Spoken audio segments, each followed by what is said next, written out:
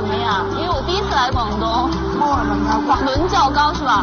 是很好吃吗？哎呀，这个伦教糕啊，是悠久的历史的了，已经100多年了。这个是什么糕啊？伦教糕。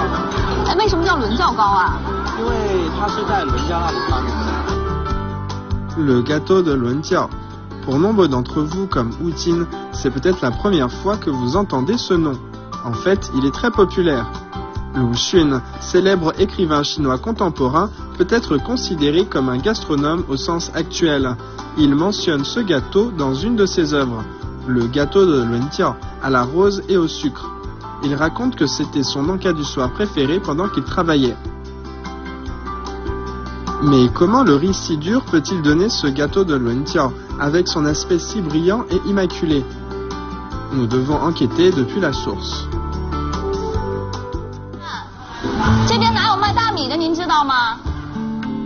Il y en a nulle part. Qu'est-ce que ça veut dire?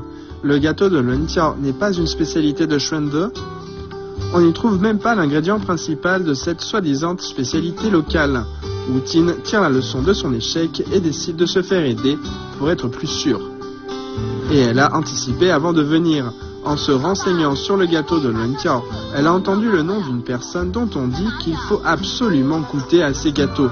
Oh, 谢谢，师傅，跟您问一下，这附近是不是有一个做伦教糕的呀？哦，那里是啊。欢姐。温姐伦教糕嘛。哦，欢姐伦教糕。有人在吗？欢姐。哎，您做伦教糕多少年了？40多年。哦，这儿。Madame Liang est héritière de 4e génération du gâteau de Luanjiao. Le relief sur le mur du salon nous montre de manière vivante le processus de fabrication des gâteaux de Luanjiao transmis dans sa famille. Elle nous indique avec fierté qu'un des personnages la représente à l'époque. Selon la légende, sous le règne de l'empereur Xianfeng de la dynastie des Qing, il y avait un homme appelé Liang Licheng qui tenait une petite pâtisserie. Un jour, il se disputa avec sa femme et quitta la pâtisserie en plein travail. Le lendemain, il découvrit par hasard que le lait de riz restant avec du sucre cuit à la vapeur avait donné un gâteau doux et fondant. Les gens qui en achetèrent ne tarissaient plus d'éloges. Ainsi naquit le gâteau de Luanjiao. En trouvant Madame Liang, une bonne moitié de l'enquête est résolue. Nous n'avions pas vu de riz dans tout le marché, mais ici, nous sommes servis. Afin d'obtenir un aspect transparent que ne peut atteindre le riz ordinaire, on doit utiliser du riz au long grain avec de la levure. Cette recette permet d'épaissir le lait de riz. Ainsi, on obtient un résultat d'une souplesse équivalente au riz glutineux, mais en plus transparent. C'est aussi une différence avec les gâteaux faits avec du riz ordinaire.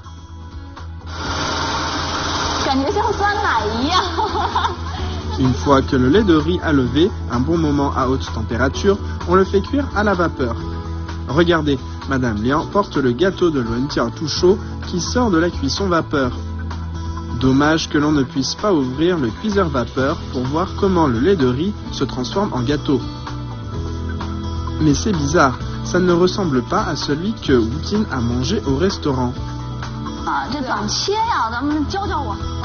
Cette fois-ci, on y est. Nous vous délivrons un secret. Pour reconnaître l'authenticité du gâteau de Luanjiao, il faut regarder ses rainures.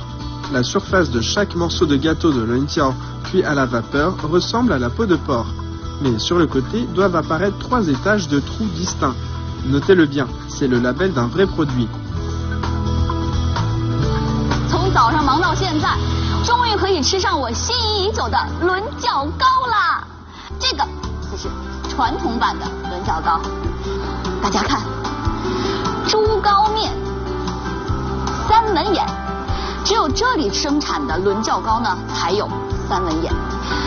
哇，好香的大米的味道哦！